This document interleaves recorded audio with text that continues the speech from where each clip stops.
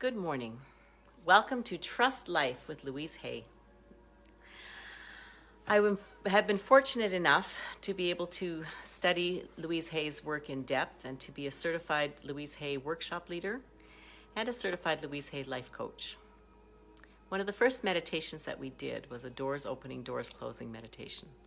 Incredibly powerful. And as I work with life coaching clients, I often take them through this meditation in our first session together so that we can look at the possibility of all kinds of different doors.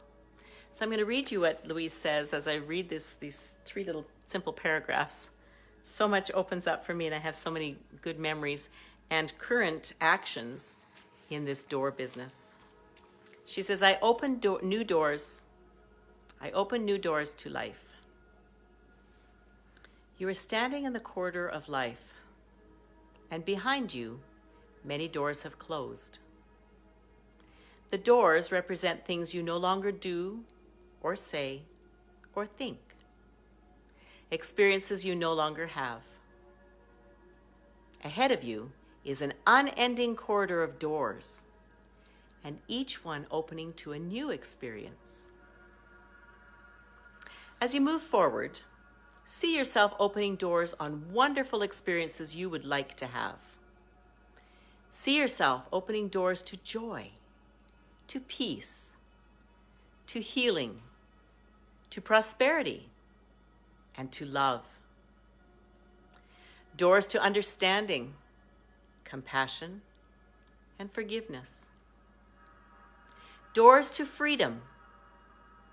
Doors to self-worth and self-esteem.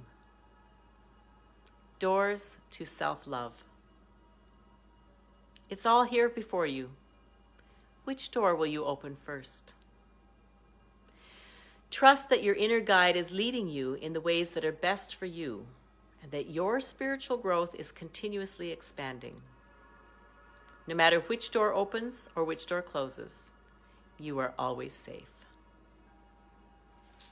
So as you think about that, you are always safe, no matter which door opens and which door closes idea. As you think of you are always safe, what happens in the background? What happens in that background of your mind? Is there a space there that says, I'm really not safe? This is where we can tap.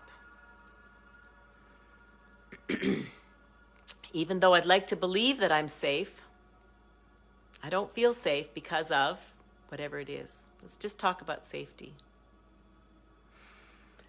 Even though I don't feel safe because of, add whatever you want to in there, whatever resonates for you at this moment. I am willing to understand how to feel safer. Even though things have been so unbalanced lately and I don't feel safe at all, I'm willing to look into myself and learn to love myself more fully so that I do feel safe. All this fear, all this anxiety, now we're tapping on different spots, all this terror, and really blow it up. Whatever it is that you feel, make it really, really big. All this terror, I'm so afraid of everything. I'm afraid that the world's shutting down. I'm afraid for people dying. I'm afraid for my loved ones leaving me. I'm afraid for not being able to travel. I'm afraid for loss of choice. I'm afraid for loss of life. I'm afraid about loss of health. I'm afraid. All this fear. All this fear. Notice how I just yawned. That was spontaneous. That's a releasing. All this fear. All this fear. I don't know what to do with this fear.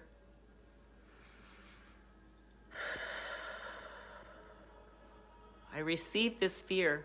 I hold this fear in my hand and I look at it. I say, fear, what are you telling me?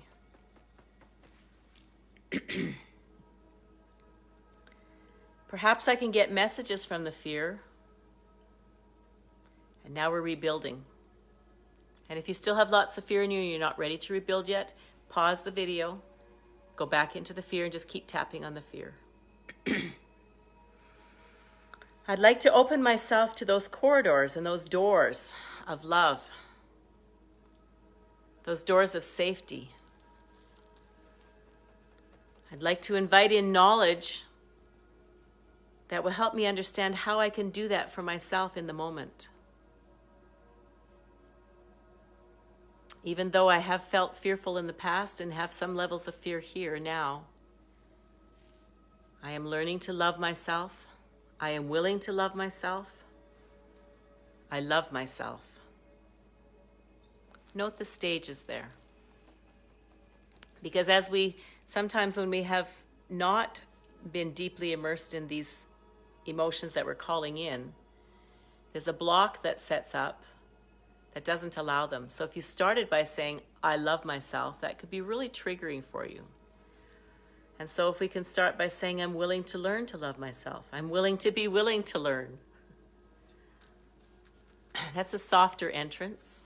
It's an opening to possibility, because that statement of I love myself can be guarded too carefully by the part of our personality that needs the fear to feel safe. Because what the fear does, if the fear is constant and prevalent, what it does for us, because everything does something for us, all emotions are instructive, and none of our emotions are things that we want to get rid of. We want to feel them, we want to understand them, we want to see what the roots of them are so that we can make changes in our actions and in our thoughts that will allow those emotions to balance themselves. So if we've been fearful because my friend did this and this happened to them and that was not good, it warns us to not do what the friend just did. But perhaps that action can be expanded in some way, and we can take that information and use the fear of, oh, I shouldn't do that, to, well, which parts of that, whatever it is they did, and I'm speaking very hypothetically and very broadly here at the moment because I don't want to lead you. I just want you to give you the concept and the principle. So as we look at what action was taken and what result we think we saw because of that action, perhaps we missed some of the other things that were in the result. There's a story that, just trying to find an example that's easy to tell you. There's a doctor, what's his name? I forget. Anyway, he has a model of communication. And in this model of communication, there is 5 levels of communication. And the first level of communication is simply exchanging pleasantries and cliches. Hi, how are you? It's been a great day. Love that weather, eh? Isn't that great? And as you exchange those things, it's a connection, but it's a very surface connection, and it's very repetitive because it doesn't go deep. The next level of communication is saying maybe perhaps to someone, hi, it's good to see you. So that changes the level of communication and makes it a little bit more personal. The next level of communication is exploring details and exploring opinions. And this is where we can now go into the next level of communication, because as we start to explore and exchange opinions, we then can come into conflict, which is the next level of communication. And within that conflict, if we butt heads and we come into that conflict with preconceived ideas and preconceived thoughts, which we do need to have, but if we come in there with a rigidity of I have to be right, this is where the fear starts to come up. I have to be right, I have to do this, I have to do this. That conflict starts to hit us, and we knock together in the conflict, and it's unpleasant.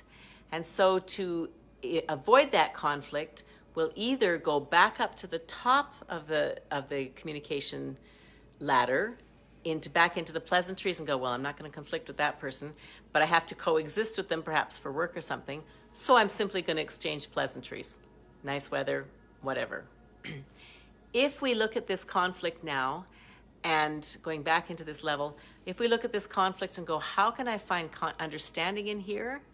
And we dig down deeper and go down into the next level, which is exchanging ideas and coming into that conflict in kindness and some vulnerability.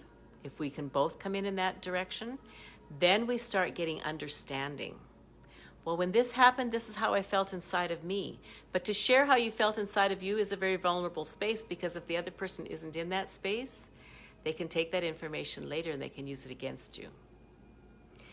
And so that conflict, that wall of conflict, can be really a scary place to be. But if we go deeper into that wall of conflict and seek understanding and seek common ground, there's where emotional intimacy lies. There's where connections lie with each other. There's where joy lies, because as we become vulnerable with each other, and it's a fiery thing, yes, can be a scary thing, but as we respect others' vulnerabilities and respect our own vulnerabilities, and speak to each other with kindness and compassion, then we make connection. There's no connection in those cliches at the top. Hey, weather, what about those stampeders? So as we go through those different levels of communication and step into that place of fear, we started this talking about fear and talking about the corridors of life. As we look down the corridors and see the different doors that are opening to us, we have opportunity to act and react and perceive and create our perceptions, and therefore create our life. I'm in the process this month of refining my website, refining some of the classes that I'll be offering. I'll be doing some Zoom classes and some classes that you can simply purchase and work on your own, with attached Facebook pages to them, so that we can connect with each other and talk about the things that we're working with. So watch my website, roxywright.com. Look for some offerings that are already there and some new offerings that you might find that will help bring balance into your life. And as you balance yourself, you bring balance into other people's life. And therefore we connect with each other, creating a web of balance and love throughout the whole world. That's how we serve each other. How can I serve you today? Namaste. I love you.